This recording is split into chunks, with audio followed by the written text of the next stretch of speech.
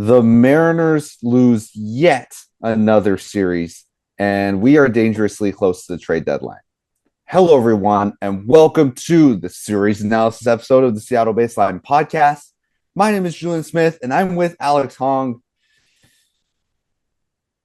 Alex, I think we're getting to the point where it's it's starting to get really hopeless. The series, there's no excitement surrounding this team. It doesn't seem fun to watch. So like Alex, what what do you like obviously you don't feel good about this team like me too, but like what do you feel like we're like literally a week away from the trade deadline and we are under 500.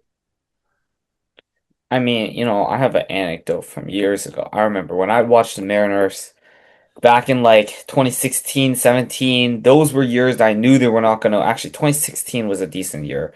Like 17 was a bad year. They were under 500, and I was just watching the Mariners for fun. Because usually at that point, I was thinking like, yeah, this team is not gonna, not gonna do anything, but at least they were kind of fun to watch. We had some good players.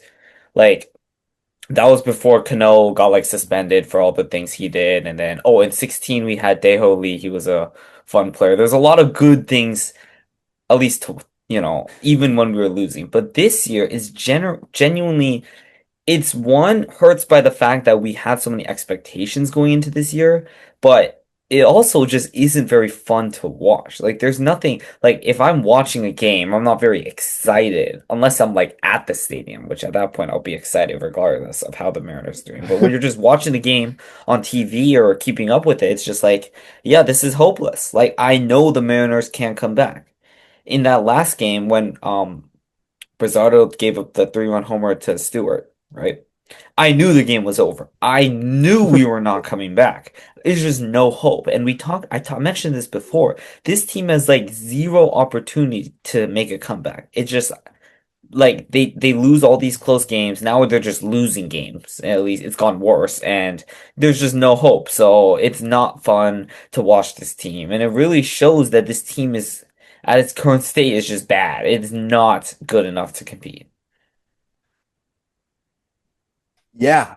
And I mean I totally get your point about the stadium though, because like regardless of how we're doing, the stadium is awesome. Like watching Humpy lose another race is pretty awesome, and like that that image just like brings a little bit of more joy back to watching the Mariners a little bit. I hope they show it on TV because that's probably the highlight of my entire like Mariners like T-Mobile Park night. So I need them to start showing that on TV. But on a more serious note, look back at last year. What did the Mariners do last year that was so good? They beat Tarek Skubal, whether that was in the playoffs with a Jorge Polanco homer, with two Jorge Polanco homers on the same night, or whether that was right before the All Star break and you swept the Tigers and you beat Tarek Skubal in the process, or you go back to T-Mobile Park and you beat Paul Skeens. You beat the 2025 version of Paul Skeens that was borderline untouchable. And this year you go against Chase Burns. I this is this is how I felt right before this series. And like I didn't feel like we were going to beat Chase Burns. I honestly did not go into that red series feeling like we were going to beat Chase Burns. There seemed like there was no chance. The Mariners can beat mediocre pitching, but they can't beat good pitching. And when you get into a and when you get to the good teams, most of their pitchers are great pitching. And so we tend to lose the series. That's why we were able to beat the Houston Astros. We were able to sweep the Houston Astros at the start of the season because their pitching sucked. Yet we can't beat the good teams because it's like we've forgotten the ability to beat pitching that's anywhere from average to good. Let's let's go back a little bit, right? The Mariners had a very soft June and majority of May, I'd say, and beginning of the July, right? Before the All-Star break, even now, we were against pretty bad teams, right? Like you mentioned last year, we beat that Tigers. It was crazy, right? We beat Skeens. It was like, wow, this team's really got some promise. We're doing terrible. We are basically floating around 500 against bad teams like the Angels, the Marlins were getting swept by, losing to the Rays, and those were even some of the better teams we were against, but we're still losing, right? Guys, think about what we've been against within this time, right? We're against like the Pirates, the Orioles twice, the Red Sox. These are not like very good teams, and we're not winning. I think the last like really good series we won, like team we beat in a series, was the White Sox. And maybe the best series win we had was the Braves, and we didn't even sweep them, right? We won two of three. It's just, and like a good team like the Padres, we got swept twice. Like this is the difference from last year and this year. Because last year, we kind of had a slower start, similar to this year, but we had those good moments against those good teams. We have zero moments basically. Our best moment was probably the Braves series. That's it, right? When was I can't like we don't ever sweep teams. We barely win series, even if we do, and it's against most of these bad teams. Like I'm not even kidding. The last good one I think was actually the White Sox back in May. That was one. I think that was the one we went to, Julian. So this is just sad. It's bad, and yeah, it just sucks because we can't win against, we're about to go against the first, now this is like a big asterisk, right? First place Rangers team. And then we're about to go against the Dodgers. We're going to get steamrolled by the Dodgers, it looks like, because this is going really badly. And we have no hope against these really good pitchers like Chase Burns. Whenever against these good pitchers, we always end up losing. It looks like we have no chance of winning. So it just sucks in that regard. I want to call out Dan Wilson on this one. I feel like we've talked a lot about the bullpen management and all of that stuff. That's not what I'm going to talk about here. I want to talk about the entire team, the chemistry between these players. Last year, it was great. People were playing for each other, and baseball is a kind of a interesting sport in the sense that it's a team sport, but it's also when you're up against the pitcher and you're batting, it's kind of a individual sport. Last year, it seemed like the players were playing as part of a team. It seemed like we were stringing singles, we were walking, we were taking pitches because then the batter behind me can hit whatever he saw from my at bat, right? Like that's what the Mariners were doing last year. This year, it seems like okay, bases are loaded. Let's go hit a grand slam. That's great and all if it works out. Like with Cal Raleigh, it worked out, but it's not all about the home runs. And I feel like there was a lot more team playing last year, and in the clubhouse, maybe Dan Wilson's lost a lot of the credibility in the clubhouse of being a manager. That's where my eye goes to because there's no way that you have players that went all the way to the American League Championship last year that all of a sudden don't know how to hit. And it's not just that they stopped hitting homers, it's that they don't know how to hit, period. That's the whole thing. And so I think that's where the Mariners need to start working as a team, identifying pitches. Hey, I saw this, go hit that. If you're a leadoff hitter, you should be basically giving away half of the opposing pitcher's pitches before the second batter even comes to the plate. That's something that I haven't seen, and they just brutally strike out this year, and that can't continue. And if it does, well, we're 1 week away from the trade deadline where we're probably going to be selling. It's also possibly like, I don't know, maybe the Mariners got too content. Maybe they were like comfortable thinking, oh, we're probably going to make the playoffs again, so we don't need to try as hard. That's clearly not, happening right now. Like the only team that I genuinely think can do that is the Dodgers. The Dodgers, they could probably, go and have fun during the regular season and they'll just still manage to win the division and then really lock in the playoffs, but we're not a good team to do that. We didn't even make the World Series last year. So if that's actually true, which I'm not, there's no sources saying this is true, but it just looks like the Mariners don't seem as locked in right now compared to maybe they were last year or when the team had made the playoffs in late 20 years, where they're like, oh, we desperately, want this team to make the playoffs. They seem a little content this year, is what I'm kind of saying. But I think, Julian, we should talk about, maybe mention a little bit on this Red series, right? That second game, we thought of, very little chance to win. Turns out it was right. Like Castillo, I don't even think had too much of a bad start, but the Mariners had 6 hits in that game. And I know the Reds had less hits than us, but their hits, I guess, were better than our hits. The few hits that had. And it's just really sad to see because, Chase Burns, he only went 5 innings. Realistically, we could have done more damage than just the 6 hits and the 2 runs. And I know Burns didn't end up giving up any of those runs, but when we kicked him out of the game pretty early, we could have done a little more damage. Didn't end up happening. Well, we got the Julio home run, and then we went to a no-name pitcher who then, which I don't mean no name as in like shouldn't be in the major leagues. I think that all the pitchers that are in the Mariners right now should be in the major leagues because these guys are actually pretty good. The call ups that the Mariners have been pretty good this year. The ones that have been slumping are your Munozes and your Bizardos and your Ferrers. The call ups from the minor leagues, pretty solid.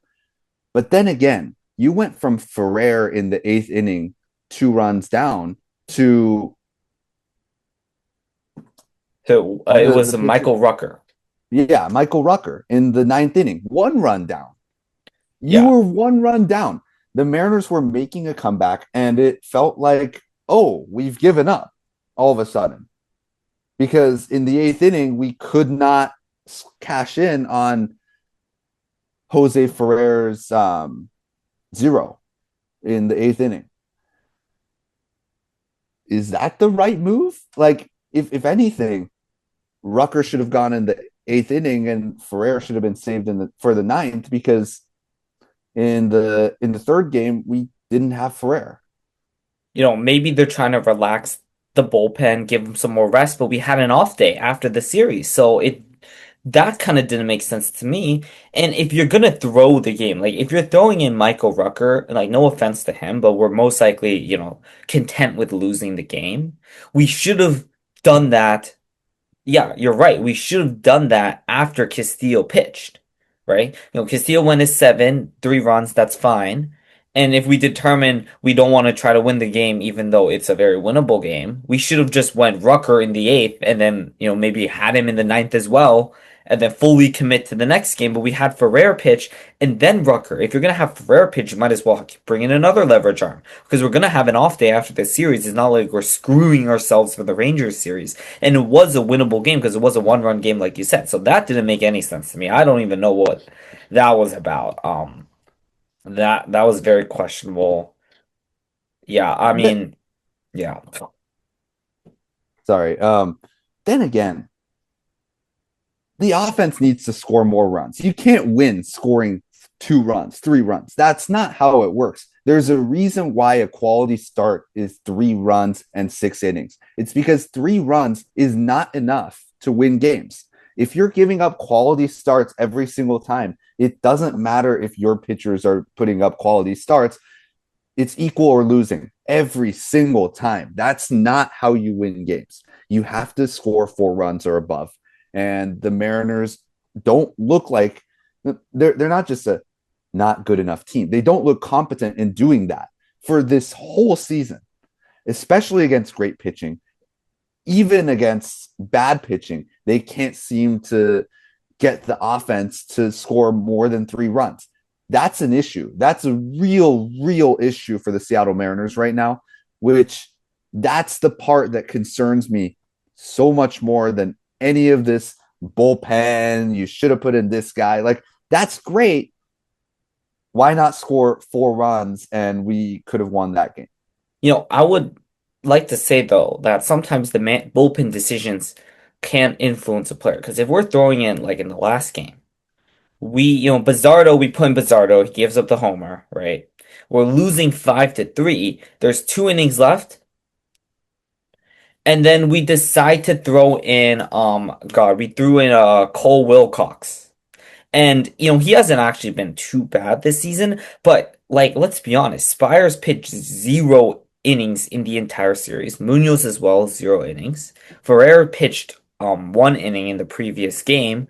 What are the point of our bullpen leverage arms if we're only gonna put them in like super specific, like this is what's frustrating because this is a win. Okay, if we're down like 5 runs, okay, and there's 2 innings left. Okay, we're basically done. At that point, I would, say it's like fine to throw in whoever you want. But if we're down like 2 runs, tomorrow's an off day, then this is unacceptable, right? The fact is, tomorrow from that last game against the Reds was literally an off day, and we decided to throw in Cole Wilcox, right? And I know we wouldn't have won the game anyways, right? Because we didn't even end up scoring more runs, but it could have been a result of, oh, looks like Dan Wilson's calling the game. He's saying it's over. The players don't want to try as hard. And I'm not saying that's the reason why we lost, because even if we threw in like Munoz or something, we probably still wouldn't have won the game. But it's more about the process. Because if Wilcox gave up a few runs and then the Mariners scored like another 2 runs, but it ended up still losing by 2 runs because both teams scored 2 runs, that would have been really frustrating. So it's more of the process I'm complaining about. And it's just I don't, it's just doesn't seem like a team that really wants to win is what I'm getting at. It doesn't. You're totally right. That it doesn't. And like I think all of all of the people that like we are so thankful, like listen to us, watch our videos. I think you can agree with us too on this. Like the Mariners are not an interesting team this season. They aren't interesting because they're not playing as part of a team. They're not managing the team to win. Everything just seems like it's shambles, and it's a real, what's it called? It's a mental thing. But we should definitely move on because the next series is probably the most important series in the entire season. We are facing the Texas Rangers, who are by a margin above us in the American League West, and we have a chance to be 3.5 games up if we can win this series. Yeah, it's a big deal, right? This is, the Rangers, they've been okay this year. No American League West team really has been good, but the Rangers have been okay. And it's not really like their pitching has been rather bad, actually. Like the 4 starters were against. None of them are that good. The lowest I think ERA guy is DeGrom, and DeGrom has good games, he has bad games, right? But the rest of their pitchers really haven't been inspiring. Evaldi's been bad this year. Kumar Rocker, I guess he's just not living up to the hype. They got some bad situations. Our pitching's definitely better, but I still don't have confidence. Right? Last year's Mariners would have destroyed these Rangers. I know that. These Rangers are not that good. But we're in a situation where this year's Mariners aren't that good either. So now we have 2 teams that aren't that good, right? Playing each other for the AL West, which is like ridiculous to think about. Yeah. So here's kind of my summary of the Rangers. A decent enough pitching staff to an awesome offense, especially in the last weekend or two. They've been a fantastic offense. Jock Peterson and Wyatt Langford, good for the whole season. They've been their star players above 800 OPS. That is way above the average. And then you go down the list. Ezekiel Duran, Brandon Nimmo, those guys have been a lot better in the last 7 games. The last 7 games stat with almost every single one of these players, except for Elias Diaz, has been significantly better. Like the actual stats on the list don't do them justice because these guys have been almost all 900 to 1000 OPS in the last 7 games. And that's a massive deal because they've been heating up right in time to face the Mariners. The Mariners pitching needs to make sure that they shut them down, and we have to accept the fact that we're probably going to give up 3 runs in almost all of these games, and the Mariners offense needs to wake up and put up more than 3 runs. I will give it to them. Their bullpen has been rather good. Their lone all-star this year was Jacob Latz. He's been a really good closer. 1.53 ERA. Really good. And they have some other names in the bullpen that's also been pretty good, I'd say. Uh, like Tyler Alexander's been okay. They have a guy named Jacob Eunice. He's been okay as well. Really, but this is still a team that we're definitely, in theory better than, but in reality, I'm not sure. Uh, you mentioned, their offense, they could give us some troubles, and if they do, I'm not fully confident that our offense can overcome the troubles that their offense might deliver to us. We've been losing these games and we haven't been scoring that much. So let's say, we have one bad pitch out there from Brian Wu. He gives up like a 2-run homer, which actually giving up 2 runs in a away start for Brian Wu would be pretty good, honestly. But let's say he does that and the Mariners score like 0 or 1 run, we lose. This is like 2024, but actually worse, I think. Um, that's just the reality that I could totally see happening. One thing I'll say is this is a series defining, I think, for the Mariners because if we Mm-hmm. can sweep or win this series, it builds a lot of confidence going into the trade deadline. Because remember, we're still against the Dodgers, and the Dodgers, we haven't done good against them recently. Looks like they're gonna destroy us because they've been a pretty good team this year. If we lose this series or get swept or even draw the series, we're definitely going to be down still because of the Dodgers series that comes up. It's definitely looks like, I don't have any the Mariners, they might not sell even because they're in such a bad division, but not buying or like they might just do nothing, which at that point is still basically kind of conceding the season. Or they might try to sell. I just don't see them really buying unless they can really sweep or do some damage in this series. Yeah, the Rangers are obviously going to do damage. Their power, that's their strength. They don't get on base as much. They don't walk as much. They're the issue that the Mariners are going to face is that they're going to hit home runs left and right, doubles left and right, triples left and right. That's the issue. If the Mariners can overcome that, they do get out quite often. Strikeouts, flyouts, they do get out. And so if the Mariners can work around them, there's a good chance that our pitching staff can win us these games. But ultimately, the offense needs to score because if your pitching gives up 1 and you put up 0, you still lose the game, even though the pitching only put up 1. So that's the Mariners need to lock it down. This is a series that the Mariners need to win. If they can sweep this series, all of a sudden this season looks a lot brighter for the Mariners.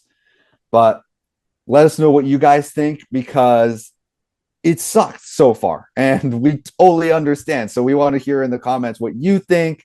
And thank you everyone for tuning in, even though it's such a bad season. And check us out on Spotify, Apple Podcasts, and our beautiful faces on YouTube. Check out our Instagram. And as always, go Mariners. Go Mariners.